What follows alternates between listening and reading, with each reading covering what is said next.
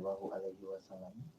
Alhamdulillah di pagi hari yang penuh kebahagiaan ini bersama Radio Hang FM Batam dalam majelis taklim kita Berkah Pagi. Insya Allah kita akan menyimak pembelajaran dari guru kita Ustaz Abu Humairah Hafizullah Ta'ala. Dan sahabat Hang, kaum muslimin dan muslimah dimanapun Anda berada, untuk bagian pertanyaan sahabat Hang, kaum muslimin dan muslimah dapat mengisikan pertanyaan pada akhir bagian nantinya. Ada nomor 0811700616. Kaum muslimin dan muslimah sahabat Hang juga dapat mengisikan pertanyaan berkenaan dengan penyampaian oleh Al Ustaz. Ada nomor 081803106106. Mari bersama-sama kita simak majelis taklim kita melalui udara Radio Hang FM Batam dalam acara Berkah Pagi bersama guru kita Ustaz Abu Humairah Hafizullah Ta'ala. Kepada Ustaz.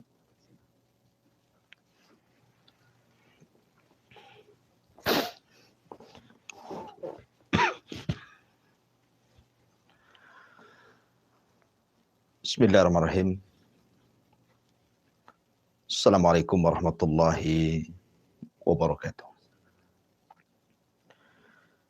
Bihamdillahi wassalatu wassalamu ala rasulillah wa ala alihi wa sahbihi wa mawalah wa la hawla wa la quwata illa billahi wa ba'du. Alhamdulillah, segala puja dan puji hanya milik Allah subhanahu wa ta'ala. Tentunya salawat iringan salam kita hadiahkan kepada Rasul kita Nabi besar Muhammad sallallahu alaihi wa ala alihi wasallam. Ma'asyiral muslimin, para pendengar dan para pemirsa di manapun Anda berada.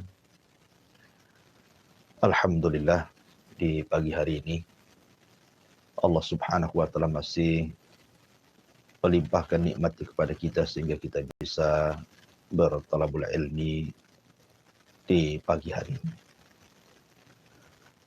Pembahasan yang kita akan bahas di pagi hari ini akan membahas tentang syafaat al-udhma, syafaat besar yang merupakan kekhususan Rasul kita Nabi besar Muhammad sallallahu alaihi wasallam kepada umatnya yang tidak diberikan para nabi dan rasul yang lain. Ma'asyiral muslimin yang dimuliakan Allah subhanahu wa ta'ala. Syafaat itu artinya adalah talabul khair lil ghair. Mencari kebaikan kepada orang lain. Karena pada hari kiamat, manusia tidak bisa langsung meminta kepada Allah subhanahu wa ta'ala. Melainkan mereka harus mencari perantara demi kebaikan mereka kepada Allah subhanahu wa ta'ala. Dan di antara salah satu perantara yang menyelamatkan manusia pada hari kiamat adalah para nabi dan juga para rasul. Selain tentunya para malaikat, para ulama, para syuhada, orang-orang saleh satu dengan yang lainnya, dan begitu seterusnya. Ma'asyiral muslimin yang dimuliakan Allah subhanahu wa ta'ala. Kita tahu bahwa kondisi pada hari kiamat tidak bisa kita bayangkan betapa mengerikan. Sampai-sampai Ummul Mukminin Aisyah radhiyallahu anha ketika bertanya kepada Nabi sallallahu alaihi wasallam soal hadis yuhsyaruna yaumal qiyamah khufatan uratan ghurlan buhman. Pada hari kiamat manusia akan dikumpulkan dalam kondisi tanpa beralas kaki, telanjang, bulat tanpa sehelai pakaian. Dan akan dibangkitkan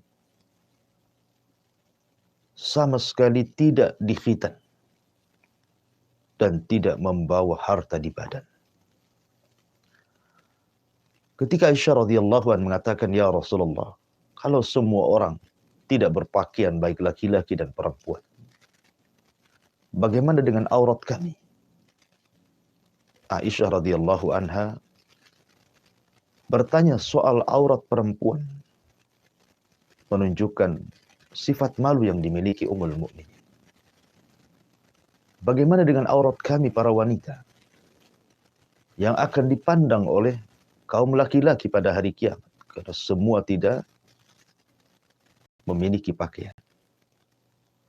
Maka Nabi SAW mengatakan, ya Aisyah, perkaranya jauh lebih dahsyat dibandingkan melihat aurat. Ya, karena pada hari kiamat, yauma yafirrul mar'u min akhi,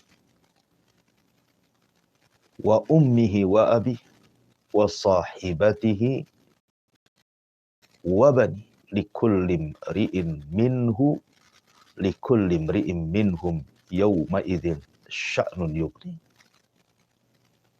Di mana manusia akan lari dari saudaranya, lari dari ibu bapaknya, lari dari anak dan pasangan. Masing-masing manusia sibuk dengan sendiri-sendirinya. Begitulah kondisi hari kiamat. Belum lagi Allah Subhanahu wa taala dekatkan matahari di atas kepala satu sehingga keringat bercucuran. Ada yang tenggelam selutut, ada yang tenggelam sepusat, ada yang tenggelam sedada. Bahkan ada yang tenggelam dengan keringat sesuai dengan amalan. Manusia tidak bisa duduk, apalagi berbaring. Manusia hanya bisa berdiri. Yauma yaqumun nas li rabbil alam. Pada hari kiamat manusia hanya berdiri menghadap Rabb mereka dan juga menanti keputusan Allah Subhanahu wa taala. Ma'asyiral muslimin yang dimuliakan Allah Subhanahu wa taala. Ketika itulah manusia diarahkan untuk datang kepada Abul Bashar al-Ula, Nabiullah Adam alaihi salatu wassalam.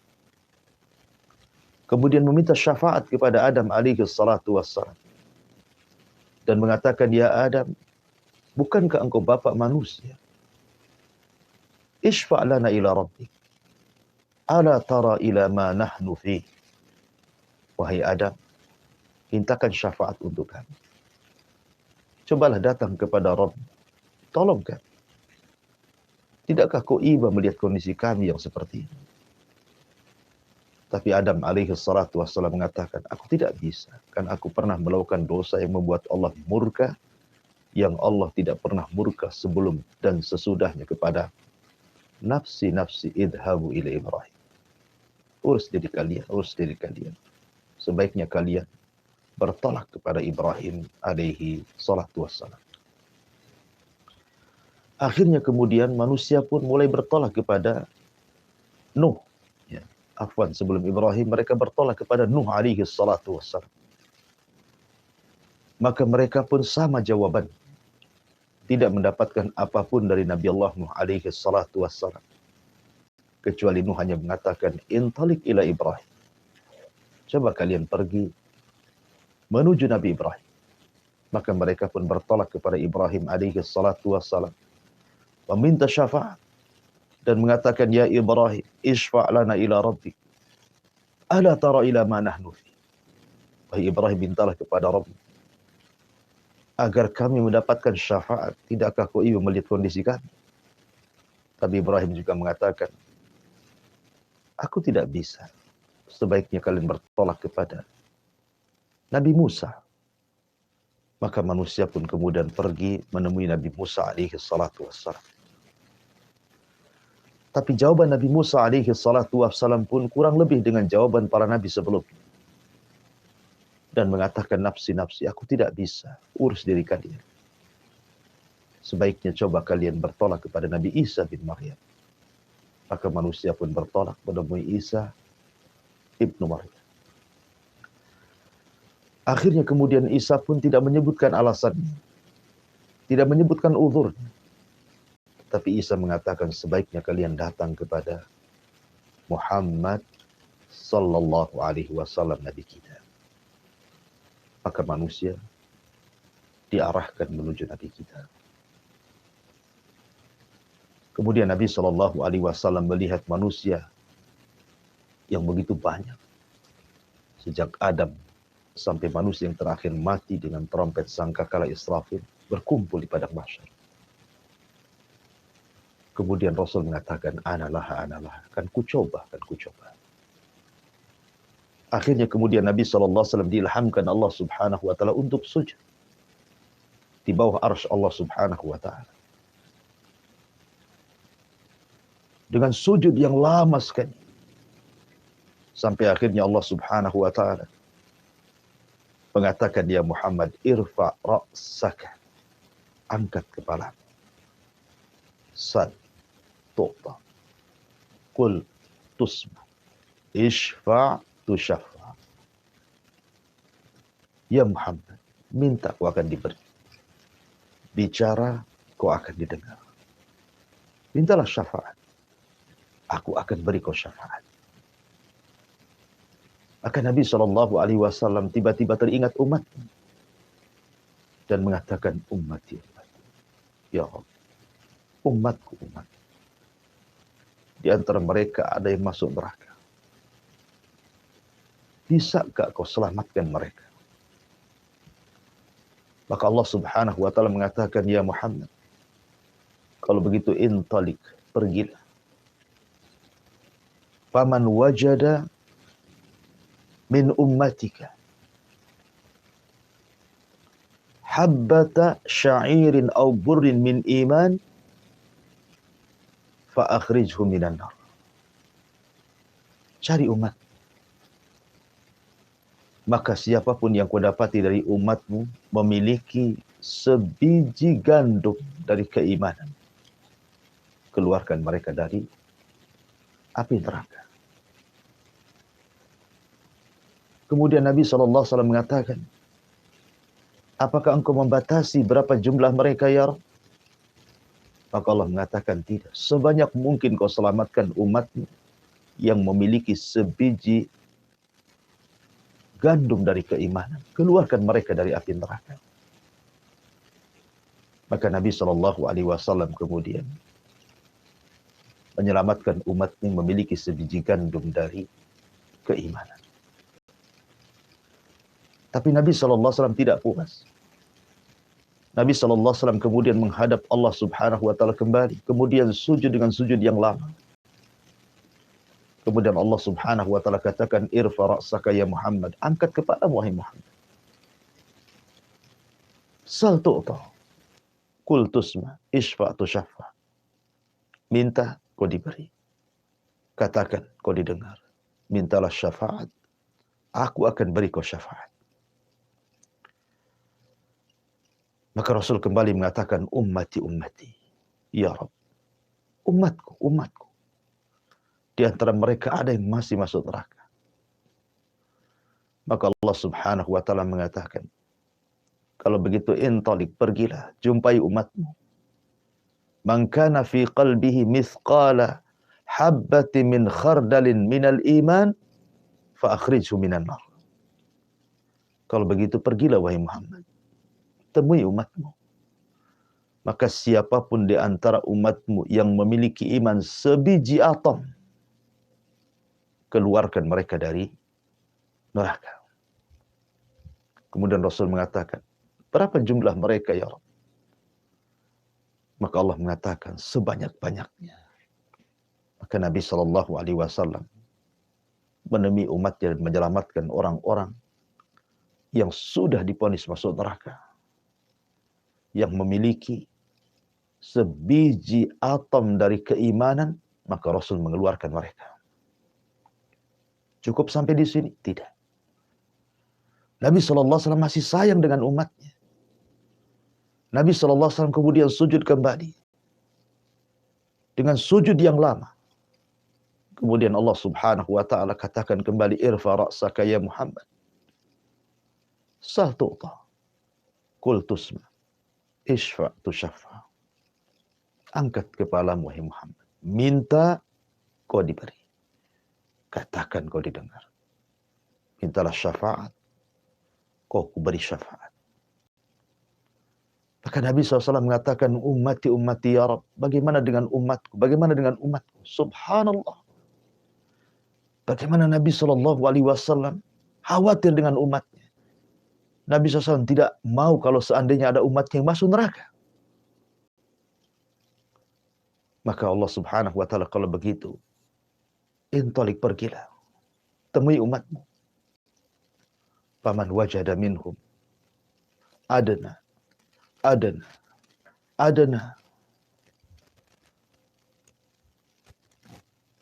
maka barang siapa yang kau dapati dari mereka ada keimanan yang lebih rendah min habbati khardalin, dari biji atom, fa akhrijhum minan nar, kau keluarkan mereka dari api neraka.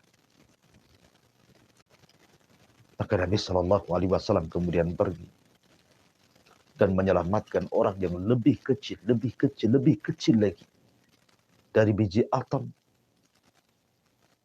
di hati-hati umat yang memiliki keimanan. Maka Nabi SAW mengeluarkan mereka dari api neraka. Cukup sampai di sini? Tidak. Nabi SAW tetap sujud. Sehingga Allah Subhanahu wa ta'ala mengatakan, angkat kepalamu. Katakan kau didengar. Minta kau diberi. Mintalah syafaat. Ku beri kau syafaat. Akhirnya kemudian Nabi SAW mengatakan, ummati. Ya Rabb, umatku gimana? Aku minta kepadamu ya Rabb, keluarkan di antara umatku yang mereka mengucapkan kalimat la ilaha illallah. Maka Allah Subhanahu wa ta'ala mengatakan, ya Muhammad, itu bukan hakmu. Kalau itu sudah hakku, aku akan mengeluarkan dari umatmu orang yang mengucapkan kalimat la ilaha illallah. Makanya Abu Hurairah ketika bertanya soal syafaat kepada Nabi SAW, maka Rasul mengatakan, as'adun nas yaumal qiyamah bi syafaati man qala la ilaha illallah. Orang yang paling bahagia pada hari kiamat dengan syafaatku, kata Rasul, adalah orang yang mengucapkan kalimat la ilaha illallah. Ada di antara manusia yang diselamatkan oleh syafaat Rasul, umat yang sudah terlalu lama di neraka, sehingga kondisi mereka seperti mentimun kecil yang keriput, dikeluarkan dari api neraka. Ada kondisi mereka sudah menjadi arang, hitam dari kaki sampai kepala, sudah tidak berbentuk lagi. Mereka keluar dari neraka. Ada juga yang kondisinya seperti sudah menjadi abu, kemudian dilempar ke sungai kehidupan. Akhirnya mereka pun tumbuh dan mereka pun ditakdirkan masuk surga. Begitulah dahsyatnya syafaat Nabi SAW. Apakah dengan kisah yang sudah saya kisahkan, kemudian kita tidak cinta dengan Nabi SAW? Lihat kecintaan Rasul, luar biasa kepada umatnya. Tidak hendak satupun dari umatnya melainkan masuk surga. Rasul tidak rela dan tidak rela kalau seandainya umatnya masuk neraka. Sampai meminta kepada Allah Subhanahu wa ta'ala, dari umatnya yang memiliki keimanan lebih kecil lagi daripada biji atom, supaya mereka jangan dimasukkan ke neraka dan diselamatkan masuk ke dalam surga. Nabi mana lagi yang lebih cinta dengan umatnya daripada Rasul kita Muhammad SAW? Lalu apa timbal balik kita kepada Rasulullah? Sudahkah kita mencintai Nabi SAW? Mengikuti sunnah Nabi SAW? Mengikuti arahan Nabi SAW? Tidak melenceng dari hidayah dan sunnahnya Nabi SAW. Sementara kita mengaku-ngaku umat Islam, umat Nabi. Tahu sejarahnya kita terhadap Nabi SAW? Ma'asyiral muslimin yang dimuliakan Allah Subhanahu wa taala, kondisi pada hari kiamat tidak bisa dibayangkan. Sehebat apapun saya atau siapapun yang menggambarkan kondisi dahsyatnya pada hari kiamat, maka kondisi hari kiamat menyelisih bayangan kita. Karena bayangan kita terbatas. Sementara kengerian pada hari kiamat itu tidak bisa dilihat mata, didengar telinga, terlintas pun tidak bisa, saking dahsyatnya. Ma'asyiral muslimin yang dimuliakan Allah Subhanahu wa taala. Ketika manusia kemudian disuruh untuk melintas di tian Shiratal Mustaqim, Nabi Shallallahu alaihi wasallam sudah berdiri di ujung titian. Kemudian mengatakan, "Ya Rabb, salim salim." Setiap ada umatnya lewat, maka Rasul akan mengatakan, "Ya Allah, selamatkan. Selamatkan orang ini." Begitulah rasa sayangnya Nabi Shallallahu alaihi wasallam kepada umatnya. Bahkan selama di dunia, Nabi Shallallahu alaihi wasallam ketika 3 hari sebelum wafatnya, dia mengumpulkan istri-istrinya dan minta izin agar tinggal di rumah Ummul Mukminin Aisyah radhiyallahu anha. Dan semua istrinya mengizinkannya. Dipapahlah Rasul oleh Ali radhiyallahu anhu dan juga Abbas. Kemudian Nabi Shallallahu alaihi wasallam pun pindah rumah dari rumah Maimunah ke rumah Ummul Mukminin Aisyah radhiyallahu anha. Di tengah jalan, tentu para sahabat melihat kondisi Nabi Shallallahu alaihi wasallam yang lunglai, lemas, karena sakit yang parah. Terutama bekas racun yang pernah dimakan di Khaybar, yang dihidangkan wanita namanya Zainab bintul Haris, seorang Yahudi. Maka kemudian tersebarlah perkara ini di hadapan para sahabat yang lainnya. Datanglah sahabat dari mana-mana karena khawatir dengan Nabi Shallallahu alaihi wasallam. Akhirnya ketika rumah Nabi Shallallahu alaihi wasallam, kamar Aisyah maksudnya, Rasul sudah berada di pangkuan Ummul Mukminin Aisyah radhiyallahu anha. Sahabat memenuhi masjid-masjid. Masjid Nabawi penuh dengan para sahabat. Jalan-jalan gang-gang kota Madinah penuh dengan para sahabat karena khawatir kondisi Nabi Shallallahu alaihi wasallam. Dan sebagian para sahabat ada yang menangis. Sehingga suara tangisan mereka menggemuruh dan sampai ke rumah Aisyah radhiyallahu anha. Kata Nabi Shallallahu alaihi wasallam, "Suara apa itu, hai Aisyah?" Maka Aisyah radhiyallahu anha mengatakan, "Ka'annahum takhafuna 'alaik, ka'annahum yakhafuna 'alaika ya Rasulullah." Seolah-olah mereka khawatir dengan kondisimu, wahai Rasul. Maka Nabi SAW mengatakan, "Mana Ali? Mana Fadl? Angkat aku." Maka Ali radhiyallahu anhu dan Fadl pun mengangkat Rasul menemui para sahabat. Kemudian berkhutbah. Dan itu khutbah terakhir. Setelah itu Rasul tidak pernah berkhutbah lagi. Yang ingin saya katakanlah isi khutbah Nabi. Kata Nabi Shallallahu alaihi wasallam, "Inna mau'idukum ma ilaysa fid dunya.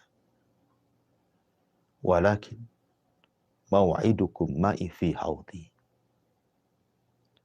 Wahai sahabatku, wahai manusia, perjumpaan kita, perjumpaan kalian denganku bukan sebatas di dunia.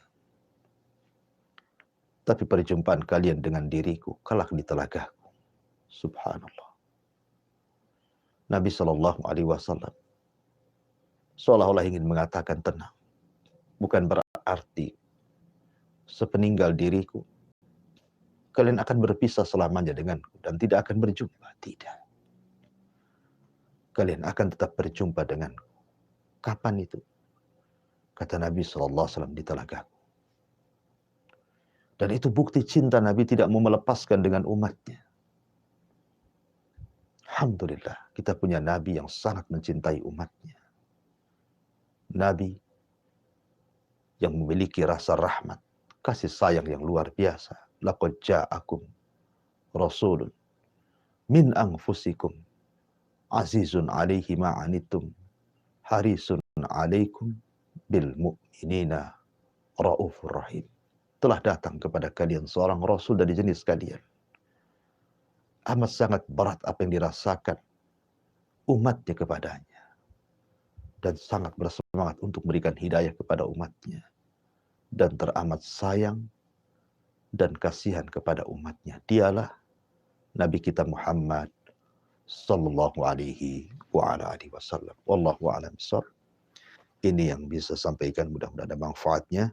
Saya kembalikan ke moderator, falyatafaddal mashkura.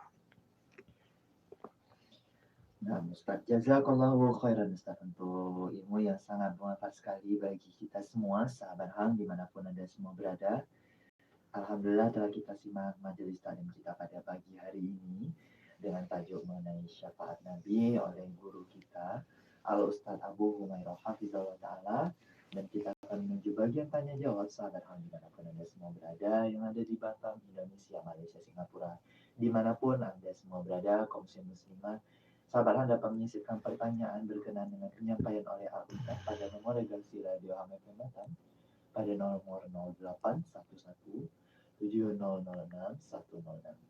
Sahabat HAM juga dapat menyisipkan pertanyaan dalam bentuk pesan singkat ataupun WhatsApp pada nomor 081 803 106 106. Baik, saat ini ada beberapa pertanyaan yang hadir. Yang pertanyaan yang pertama ini dari Bapak Abdullah. Bapak Abdullah di Batam Kota menyampaikan pertanyaan, Ustaz, mengenai sakaratul maut, Ustaz. Apakah ada tanda-tanda ataupun petunjuk bahwa orang itu meninggal dalam keadaan baik atau su'ul khotimah, atau mungkin orang itu dalam keadaan buruk ataupun disebut dengan su'ul khotimah, Ustaz? Mohon nasihat. Iya. Bismillah, alhamdulillah. Salatu wassalamu ala rasulillah amma ba'du. Apakah ada tanda-tanda saat sakaratul maut bahwa orang itu memiliki tanda husnul khotimah atau su'ul khotimah? Ya. Kita tahu bahwa Allah berfirman, waja'at sakratul maut bil haq dzalika ma kunta minhu tahid. Maka sakaratul maut adalah sebuah hak adanya. Itulah yang membuat engkau lari darinya. Disebut sakarat karena dalam kematian itu ada rasa sakit yang tidak ada yang tahu kecuali Allah. Sakit sekali. Bahkan Nabi SAW pun merasakan sakitnya sakaratul maut itu.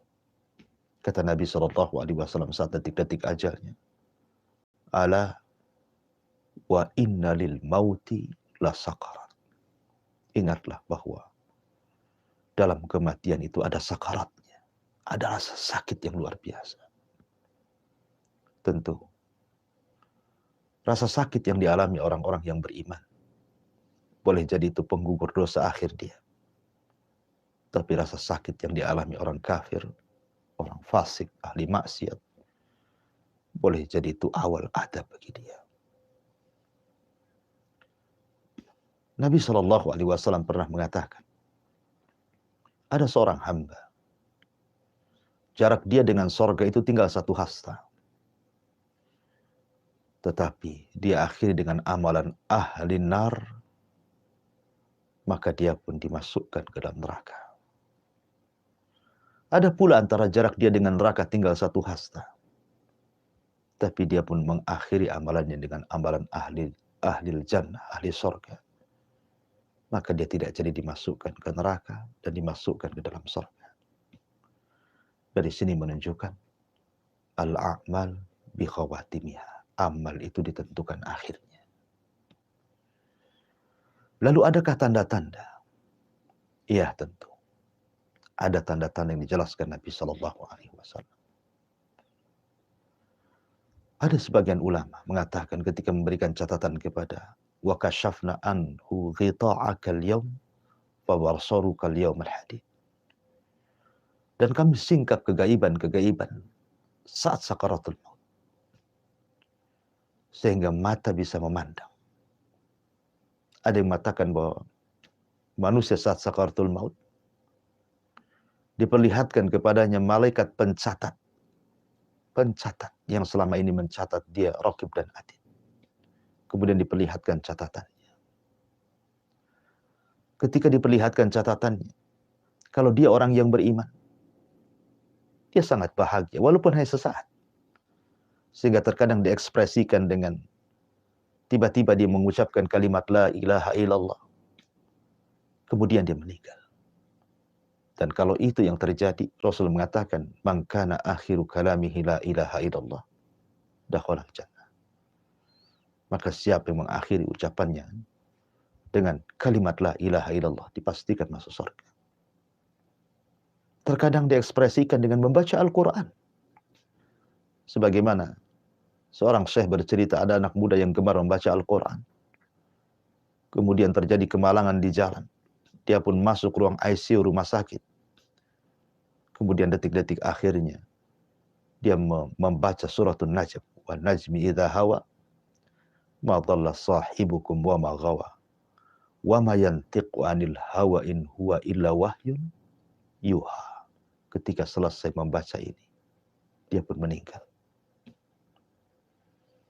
Terkadang dia wasiat dengan wasiat kebaikan. Seperti ada seorang perawi hadis, saya lupa namanya. Ketika dia sakaratul maut, anak perempuannya menangis. Kemudian dia mengatakan, ya bunayya, wahai anak wanitaku, jangan pernah menangis. Karena ayahmu telah menghatamkan Al-Quran di rumah ini sebanyak 4.000 kali hatam. Tidak perlu menangis. Ataupun mungkin dia tidak bicara, tapi berkeringat dahinya. Berkeringat dahinya padahal di cuaca yang sangat dingin. Dan itu tanda-tanda husnul khatimah. Dan yang lainnya, ataupun seorang mukmin yang Allah pilihkan kematiannya dengan cara tenggelam, dengan cara terkena runtuhan, dengan cara mati syahid, meninggal di tempat ibadah dan saat ibadah. Boleh jadi itu pertanda dia husnul khatimah. Tapi ada juga yang sebaliknya. Ketika ditalkin la ilaha illallah, dia mengatakan kafartu bihadihil kalimah. Aku kufur dengan itu kalimat. La ilaha illallah. Ada orang yang seperti ini. Ketika ditalkinkan, ucapkan la ilaha illallah wa fulan, dia mengatakan kafartu bihadihil kalimah. Aku kufur dengan kalimat itu. Su'ul khatimah. Ada yang kemudian mengucapkan kalimat-kalimat yang justru menunjukkan maksiatnya. Seperti ada seorang laki-laki anak muda yang gemar berzina. Ketika ditalkinkan kul ya fulan la ilaha illallah, justru yang keluar dari mulutnya disebutkan satu persatu wanita yang pernah dizinahinya, dan yang terakhir dia sebut kemudian dia mati. Na'udzubillah. Ada juga kemudian menyebutkan soal perniagaannya, soal maksiatnya. Atau mungkin dia meninggal saat maksiat, saat minum khamr, saat meninggalkan sholat, di tempat-tempat maksiat. Maka itu juga boleh jadi mungkin tanda yang zahir bahwa orang ini su'ul khatimah. Tapi yang jelas bahwa kita berdoa kepada Allah Subhanahu wa taala agar kita ditutup dengan penutup yang terbaik, husnul khatimah. Wallahu a'lam. Insyaallah. Nah, Ustaz, jazakallahu khairan Ustaz untuk nasihatnya, untuk menjawab pertanyaan dari Bapak Abdullah di Batam Kota. Insyaallah jadi yang bermanfaat bagi kita semua. Kita lanjutkan lagi Ustaz. Ada Bapak Imron ya di Singapura. Pertanyaan dari Bapak Imron, Ustaz, lalu bagaimana bentuk cinta kita kepada Nabi dan kepada sahabatnya dan kepada keluarga-keluarganya yang harusnya kita lakukan di zaman sekarang ini, Ustaz? Iya. Bismillahirrahmanirrahim. Bagaimana bentuk kecintaan kita kepada Rasul, keluarga dan sahabatnya? Secara ringkas, kecintaan kepada Nabi SAW tidak bisa diucap dengan kata-kata saja, tidak. Tetapi kecintaan kepada Rasul harus tertanam dan terhujam dalam hati, diucapkan lewat kata-kata, dan dilakukan dengan perbuatan. Abu Thalib, orang yang sangat cinta dengan Rasul, tetapi tidak menjamin dia masuk surga. Dia pun masuk neraka. Kenapa? Karena kecintaan hanya kecintaan tabiat, keluarga dengan keluarganya. Abu Thalib tidak mengucapkan kalimat la ilaha illallah Muhammadur Rasulullah dan tidak mau mengerjakan amalan Islam. Artinya kalau hanya kecintaan secara hati tabiat saja, tidak ada gunanya kecintaan itu. Atau sebaliknya, nampaknya saja dia cinta. Lisannya boleh jadi mungkin menampakkan kecintaan dan juga perbuatannya. Tapi hatinya tidak ada kecintaan sedikit pun.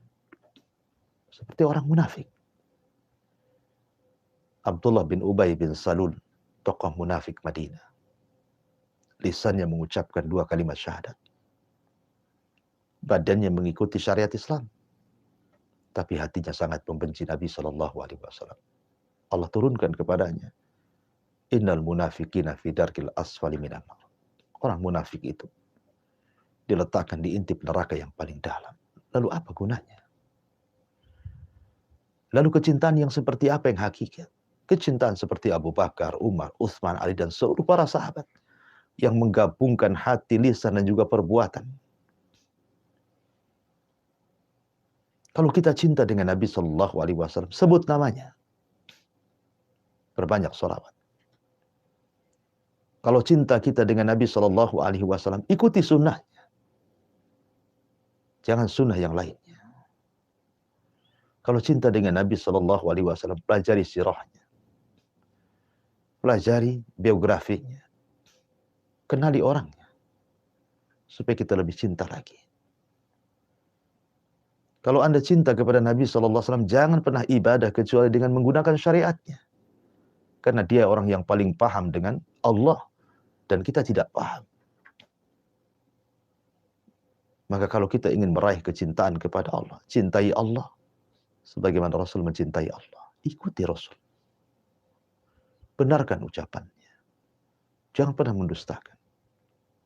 Ikuti perintahnya. Jauhi larangannya. Itulah bentuk kecintaan kita kepada Nabi SAW secara global. Adapun kecintaan kepada para sahabat, sama. Jangan mencaci mereka. Karena mencaci para sahabat itu bisa kufur. Kemudian contoh mereka. Tashabbahu bil kiram. Kalau kita bertashabbuh, mengikuti, menyerupai orang mulia, maka kita akan jadi mulia. Karena sahabat sudah berjasa kepada kita. Kalaulah bukan karena Allah kemudian mereka, tentu kita tidak akan mengenal Islam. Maka pelajari biografinya, sejarah mereka. Karena bagaimanapun sejarah itu junud mi junudillah, tentara daripada tentara Allah. Bisa membuat kita menangis, bisa kita membuat kita semangat beribadah, bisa kita membuat semangat untuk sholat, puasa, zakat, haji, dan begitu seterusnya. Pelajari sirah mereka. Wallahu a'lam. Nah, Ustaz, jazakallahu khairan Ustaz. Terima kasih untuk pencerahannya Ustaz, untuk pertanyaan Bapak Imam di Singapura. Mungkin satu pertanyaan terakhir Ustaz yang hadir pada pagi hari ini. Ada Bapak Marwan di Bekasi Ustaz. Bapak Marwan bertanya, Ustaz, mengenai ayat ataupun surah Al-Yawma akmaltu lakum dinakum dan seterusnya itu Ustaz, yang mengenai ayat terakhir yang diturunkan oleh Allah kepada Rasulullah. Apakah makna sempurna dari agama Islam yang terkandung dalam ayat itu? Ya, alhamdulillah. Ayat surah Al-Maidah ayat 3, Al-Yawma akmaltu lakum dinakum wa atmamtu alaikum ni'mati wa raditu lakumul Islam madina. Ayat ini turun ketika Nabi SAW sedang melaksanakan Hajjatul Wada. Haji perpisahan. Dan ayat ini adalah karunia yang besar bagi umat Islam. Sampai-sampai seorang Yahudi pernah mengatakan kepada Salman Al-Farisi. Ya Salman, apakah kami bangsa Yahudi, kalau seandainya diturunkan ayat semisal itu, maksudnya al-yauma akmaltu lakum dinakum, tentu kami akan jadikan hari turunnya ayat itu sebagai Id, hari ulang tahun kami, karena mulianya ayat itu. Adapun makna secara umum ayat itu adalah menilik dari perkataan Imam Malik, Imam Darul Hijrah. Apa kata Imam Malik? Malam yakun yauma idzin dinan fala yakunu al yauma dina. Sesuatu yang tidak dianggap agama pada masa itu, maksudnya masa Rasul dan para sahabat, jangan pernah dianggap agama hari ini. Sesuatu yang tidak dianggap agama pada masa itu, jangan pernah menganggap hari ini sebagai agama. Artinya, agama itu sudah ditentukan oleh Allah dan Rasul-Nya dan sudah sempurna. Tidak perlu membuat hal yang baru dalam agama. Kata Abdullah bin Mas'ud radhiyallahu anhu, ittabi'u wa la tabtadi'u faqad kufitum. Ikut saja, jangan buat-buat. Itu sudah cukup bagi kalian. Wallahu a'lam bishawab. Saya kembalikan ke moderator. Nah, Ustaz, jazakallahu khairan Ustaz untuk jawaban itu pertanyaan dari Bapak Marwan di Bekasi. Ada satu soalan terakhir ini. Oke. Kalau ini yang paling terakhir, ini dari salah seorang Bapak Ibu di Batam Kota. Ustaz ingin bertanya, Ustaz, apakah ada doa-doa khusus untuk mendapatkan syafaat Nabi Muhammad? Ustaz, mohon nasihatnya. Iya, alhamdulillah. Secara umum, kalau Anda ingin mendapatkan syafaat Nabi Shallallahu Alaihi Wasallam, perbanyak salawat.